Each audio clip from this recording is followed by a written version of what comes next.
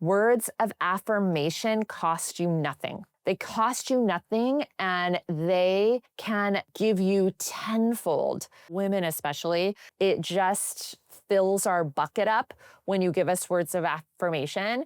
And so this is why I'm very bullish on having a positive accountability system, so that you are filling their buckets up, that you are catching them when they're doing things right, that you are encouraging to them. You want to celebrate the attempts at the new thing. You want to celebrate the fact that you are aware that it takes courage for them to do what you're asking them to do, and that you celebrate that you make this a part of the culture of your workplace, that, hey, we aspire to keep improving. We have a growth mindset here, when really it means we experience more of those emotions that can feel like discomfort because we're pushing ourselves out of our comfort zone all the time. That's what a growth mindset means. So be encouraging, develop that culture.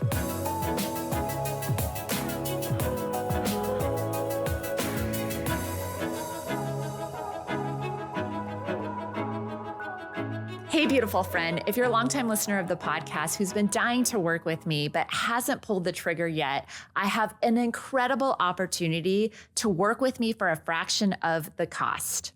If your estheticians can't explain your signature plans, or your new injectors panic every time they have to sell a high-ticket consult, it's not their fault. It's the system, or more specifically, your lack of one. That's exactly why I built Ask Heather AI, the first strategist level tool for aesthetic and wellness CEOs who want to scale with precision and stop flying by the seat of their pants. Inside, you get 3 powerful tools, each designed to solve the exact gaps that keep your growth tied to you. Turn your basic menu into a branded high-ticket signature offer suite your whole team can sell. Train every team member to lead premium consults with confidence, even if they've never sold a thing. Write magnetic messaging that attracts premium patients without sounding like every other clinic online. These are the same frameworks we've used to scale clinics to 7 figures and beyond, and they used to cost 5 figures to access. Now, you can have them in your back pocket. Try Ask Heather AI for 30 days and see what happens when you stop guessing and start scaling with words that work. Head over to heathertrevine.com/trial to learn more. Why, hello, my beautiful friend. Welcome back to another episode of the podcast. Today, we're talking about a topic that has been very popular with my clients lately. And so I thought I'd bring it on over to the episode to sort of unpack over to the podcast. So why sometimes your team can be stuck in resistance and how to lead them through it. So what happens inevitably is when you have a team, and this is true in every business environment, when you have a team that has been doing things a certain way and you introduce a new way of doing things, which happens as you progress in your businesses, right? Because every time you guys are trying to up level, you probably are going to change some of the offerings, some of the systems, some of the structure and of the way you are doing things. And what can happen sometimes is that not everybody on your team thinks it's rainbows and daisies and sunshine and unicorns and all of those things when you decide to implement new things. So today we're going to talk about something that pops up for a lot of my clients, and that is team resistance, and how you can actually lead your team through the resistance that they might have when you are launching new initiatives and maybe restructuring how you've done things. So maybe it's a signature menu. Maybe it's a new consult structure. Maybe it's just asking your team to sell more comprehensively than maybe you've kept them accountable to selling before, right? That pushback when you introduce something new. And let me tell you, if you felt like, why won't they just get on board? This episode is for you. Because resistance doesn't just mean your team is broken or lazy or unmotivated. It really just means that they're human. And it's your job as a leader to really guide them through it. So first of all, resistance isn't necessarily mean failure. And resistance sometimes is the first step toward change. We know that as humans, we are not always, actually most of the time, we are adverse to change. And it's because change takes energy and change feels unsafe. How we've been doing things feels like the path of least resistance. It feels safer than doing a new thing, right? Because we don't know what to expect. We don't know how things are going to go when we do something new, where even if what we're doing isn't really that great, that feels safer in the short term. So just know that if your team's giving you resistance about any sort of new venture that you have, that is actually a natural human response. So it shows up because change is uncomfortable, and the neuroscience actually is the brain is really designed to avoid uncertainty. It codes change as danger, okay? And so that's why, depending on who the team member is, or even for you, sometimes you've for sure had it pop up before too, but it's why there's this like nervous system response that is like, it makes you think that you're in danger when you're not. And so it's funny, like a real life example could be like you're asking a provider to sell let's say a $5,000 package.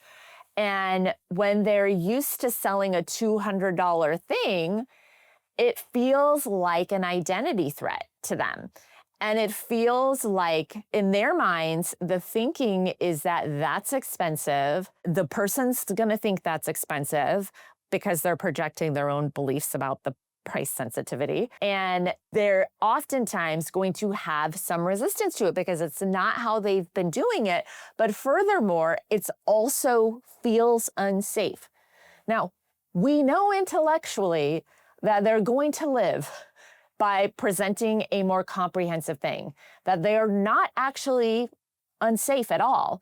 But even experiencing rejection from somebody in that way, many of your team members will avoid the conversations entirely if you don't create a positive accountability system for them to really grow and thrive in it, because they will tell you the stories around why they're not doing it. And it's really that they're just avoiding those feelings and the perceived threat of having a conversation with somebody where they might say no, right? Now, we know just talking here, like if somebody says no, it's no big deal.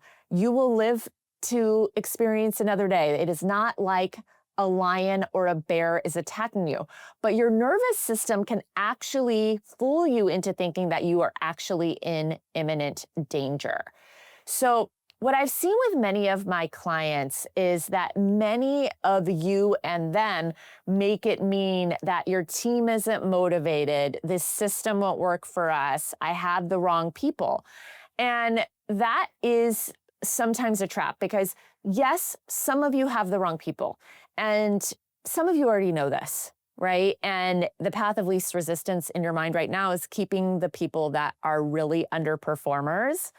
And when you have underperformers on your team, there is a cost to keeping them every single month and week. But some of you actually have people who are underperforming who could be high performers.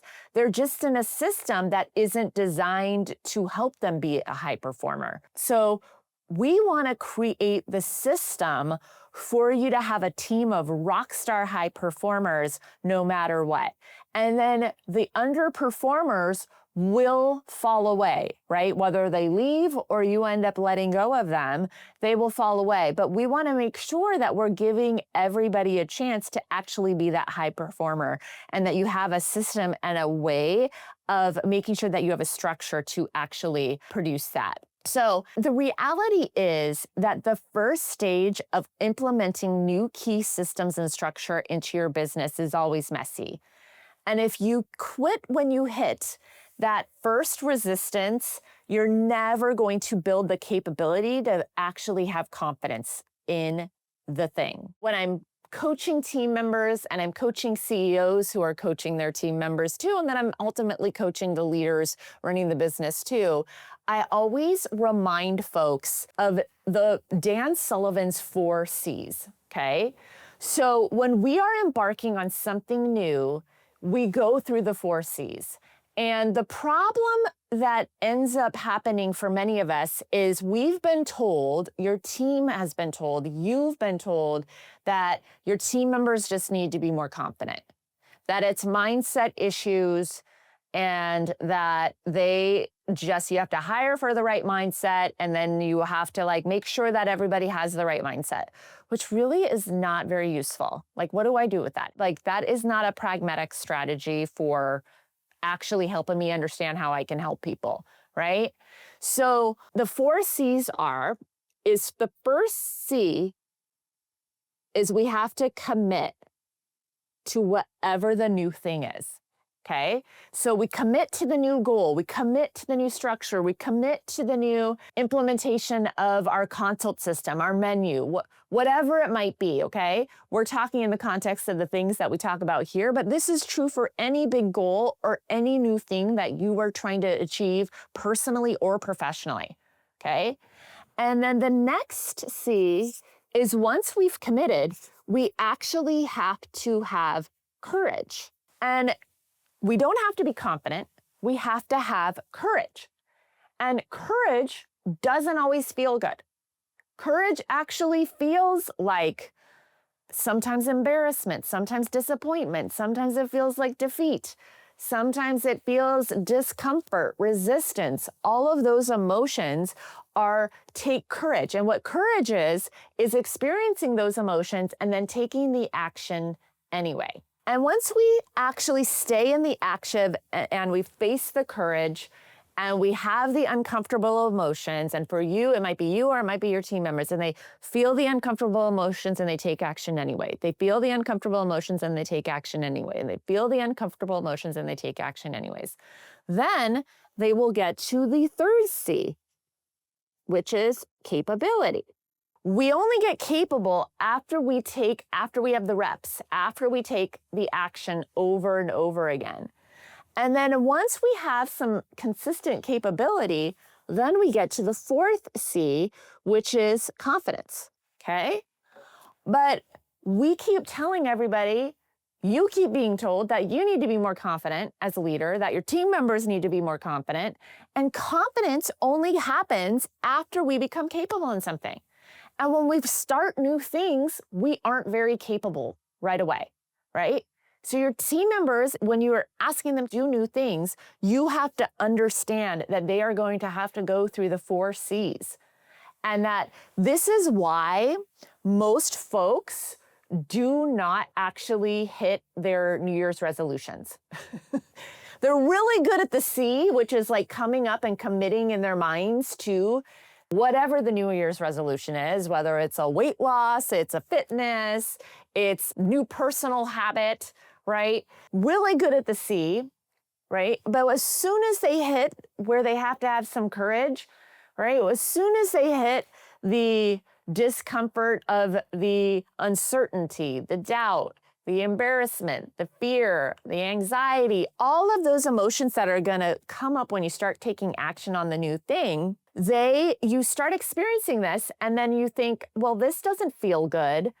I'm quitting or I'm abandoning ship. And so you just have to know that when they commit, that there is going to be negative emotions, and you have to understand that those feelings are going to come up for folks. Now, there's a difference between folks who have some of these feelings that come up and are still, with your support, willing to take action, and the folks that are just completely opposed to doing new things. Those are the folks that are the underperformers that maybe are not going to be a good long-term fit to helping us achieve our vision in our business. But when you know that once you commit that we just have to have courage, right, over and over again, and then once we stay courageously in action on the new things, then we will have capability, right? And we'll start building that capability.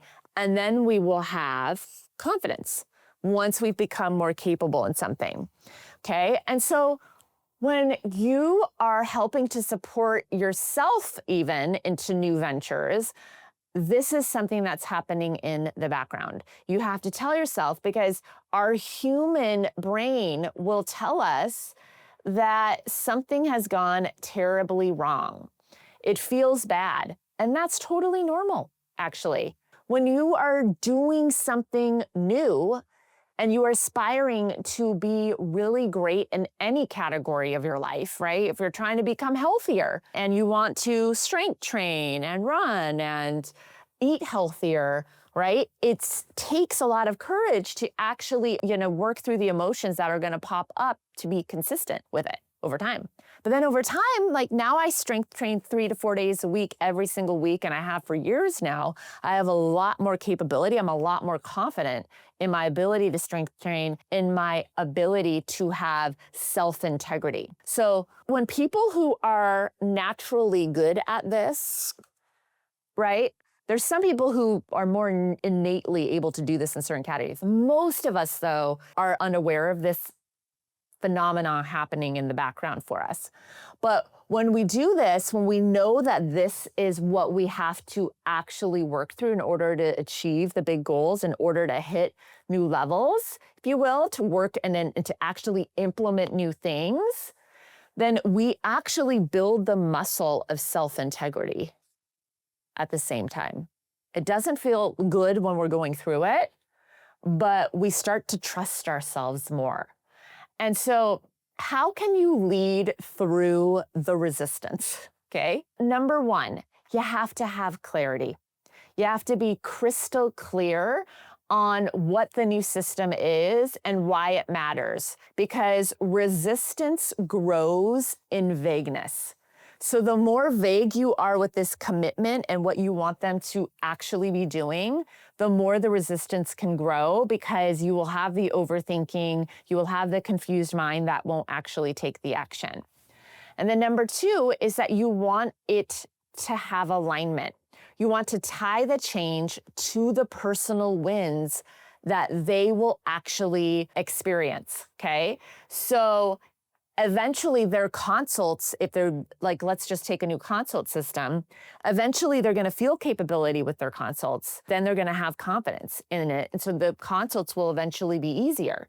You actually end up, when you do this game plan of the menu and the consults, you end up having lifer patients and clients with you, which actually improves the experience for them of enjoying their job. Because I know that the more patients that I had that were on comprehensive long-term game plans with me, who I absolutely adored working with, there was a lot of just personal satisfaction that I had from my job, the more that grew and the more that I saw those folks. For some of you, it's going to be happier patients.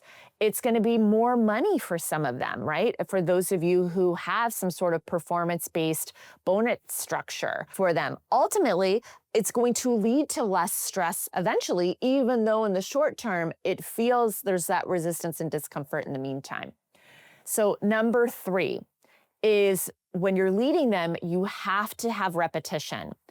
So don't expect mastery the first time. Don't expect them to have confidence when they are doing something new, right? Expect that there's going to be a learning curve. There's always a learning curve for all of us, but repetition will help them. Like the more you repeat it, the more that you stand your ground and say, hey, this is the new way that we're doing things. And so the more you can actually stay firm in that and actually encourage them and stay true and not switch things back and forth, like say, oh, well, like we're abandoning this now because we did it for 2 weeks and it's not working.